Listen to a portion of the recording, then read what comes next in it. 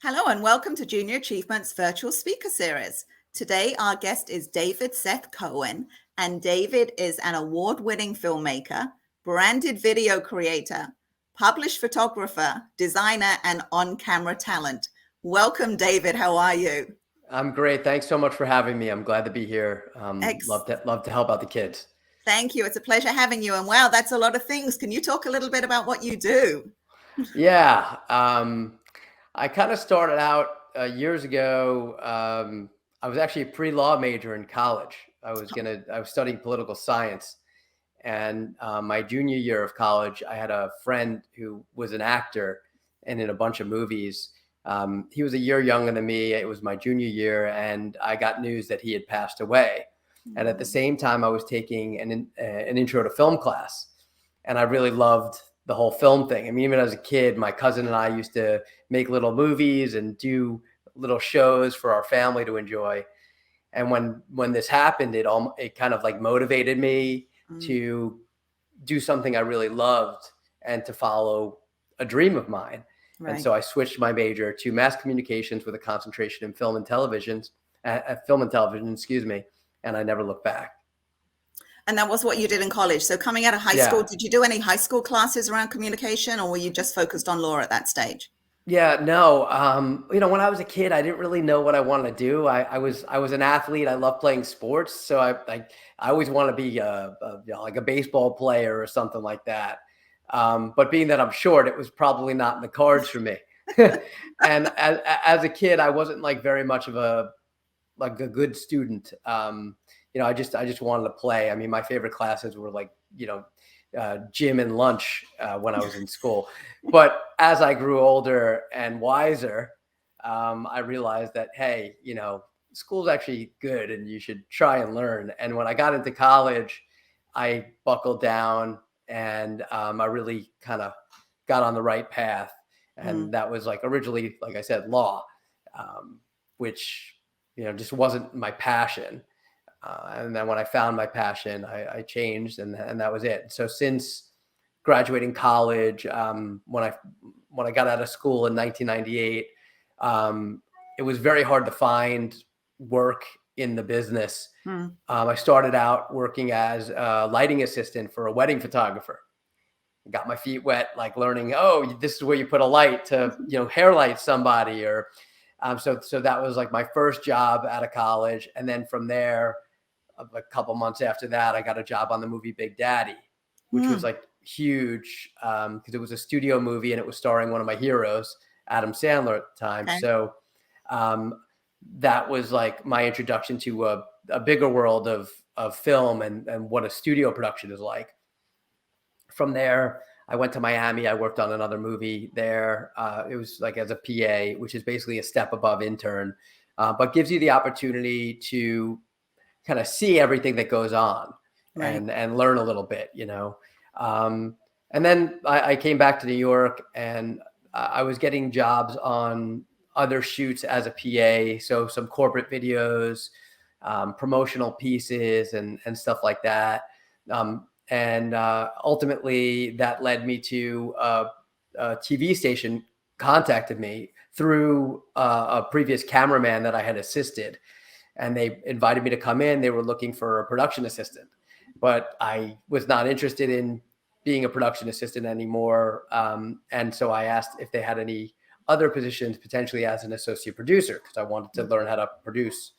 Right. And they said, actually, yeah, we can make you an associate producer. So I was like, all right, great, I'll take it. And so I started as an associate producer. And within the year, I ended up taking over the show as the producer. And then couple of years later, I became a senior producer and then ultimately an executive producer, creating a couple of my own shows, doing a 48-hour telethon and shooting commercials and PSAs and interstitials and stuff like that. And then in 2006, I left the TV company, the TV studio, and I started on my own business, where I started just doing like corporate films for a whole bunch of different organizations and individuals. And I also started to make a documentary feature that same year. After that, like in 2015, I produced a full-length feature narrative film, like a teen caper comedy. And now I'm in development with a whole number of other films on top of like all the corporate work that I do. And I also do a lot of professional photography. So I've shot headshots and team photos and action photos and tennis stars and products and interior and exteriors of buildings and everything in between. So do you think you would have got your break if you hadn't asked for it? Um, you know, I'm assuming you're referring to the TV station when I asked to be an associate producer. Correct. I don't know. Honestly, I don't know if I would have or not. Yeah. It was very hard to get work in the industry to begin with, and I was lucky to even get called. So it was a big risk for me to even say, like, I'm not interested in being a PA anymore. Absolutely. But it paid off. It did pay off because it was very good for me. It was a good move. Yeah. Yeah, I don't know. That's a really interesting question. I don't know. Oh, excellent. So what does your day look like? What does a normal day for you look like? Well, every day is different. That's the beauty of what I do. It's not a typical desk job where I go into an office and I sit at a computer from 9 to 5. Right. So it all varies. For example, sometimes I'll have a shoot. So if I have a shoot, I leave pretty early in the morning. Sometimes I would say between 5 and 6 a.m., depending on the shoot, sometimes later, sometimes earlier, depends on the location.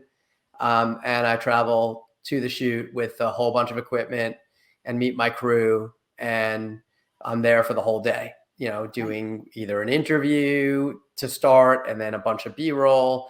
Other times I have to travel for shoots. Last year, I shot 24 commercials and they were all around the country in different spots. So you have to travel out like a day or so beforehand, get to the hotel, check in, get everything together for the next day. You have to meet up with the crew. And so everything depends, and yet, yesterday I was editing all day. I just shot a film for a nonprofit organization. It's going to be playing at their gala in April. And so we shot the film a little over a week ago. And now we're trying to, put together the first cut to deliver to the client so they can send any revision requests that they may have. That this way we can make it all work out in advance of their event so they have it to play. Right. So every day is different, every day. Okay. And some people think you have to live in a certain location in the US or in the world to be successful in its career. Is that true? Do you have to go to LA? Do you have to live in New York? I think it helps to be in one of those places just because there's so much of this business going on there. Right. Like I don't know if, in just a random city in Missouri, if somebody's trying to make it, but I would say it depends on what they're trying to do.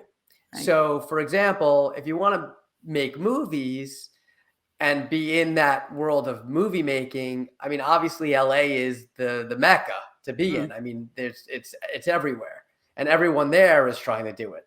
Right. New York is also a big movie town, obviously. And it would be helpful to be there. And of course, there's a lot of big businesses in New York. So if you're looking to do corporate videos for bigger businesses, New York is a great place to be. If you're in a small town, you don't necessarily have to leave to do all this stuff. You could make a film anywhere. You could make a film. It's just a matter of being able to connect with people in these other places that can essentially get your product out there. For somebody that lives in a small town, they might be able to do photo shoots for law firms, for accounting firms, for any kind of company, a lighting company that has, fixtures and stuff like that. Right. Every company needs some form of photography or video. So it's really just a matter of going out there and making it known what you do and talking to people and networking and trying to get the business. So, I think you could do it anywhere, but it's helpful, obviously, being in more of the locations that have it. Atlanta's a big hub now. New Jersey for film is a big hub now because of the fact that their tax credit is so great. If somebody shoots in New Jersey, you get a huge tax break. And that's beneficial to the investors as well as to the company that's producing the film. So You can do it anywhere, but being in a location that is more of a hub helps, Okay. unless you're looking to do smaller stuff, like, smaller commercials, smaller corporate videos, smaller photography shoots, and that kind of stuff. Okay. What is your favorite thing about what you do? Which is your favorite area? Do you have one? I mean, I just love being on set. Okay. Any day on set is like, it's like being that, like when I was in gym class when I was a kid, and I love being in gym class, or like at lunch, on recreation. I love being on set. I just, the fact that you're able to make things like it's film and video is really like, unless you're doing documentary, it's very much a recreation of reality, but in the world that you want to create. And I just love it. I just love being on set.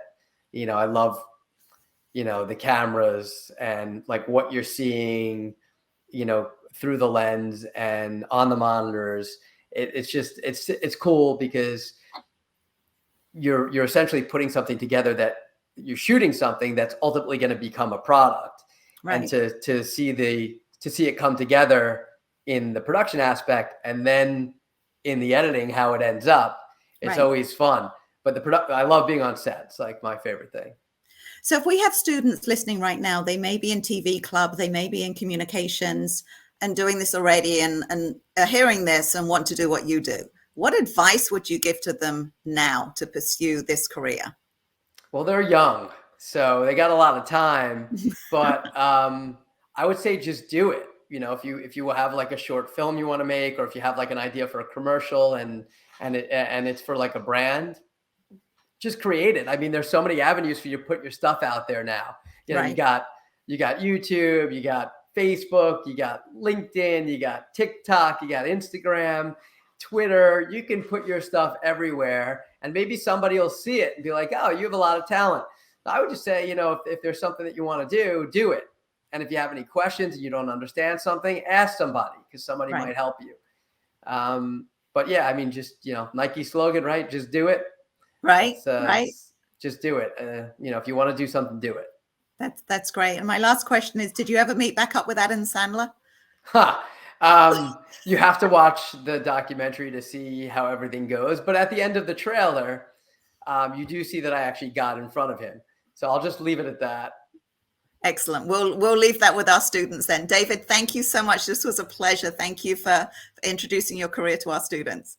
I'm happy to be here, and anything I could do to help, I'm grateful to be a part of it. Thank you.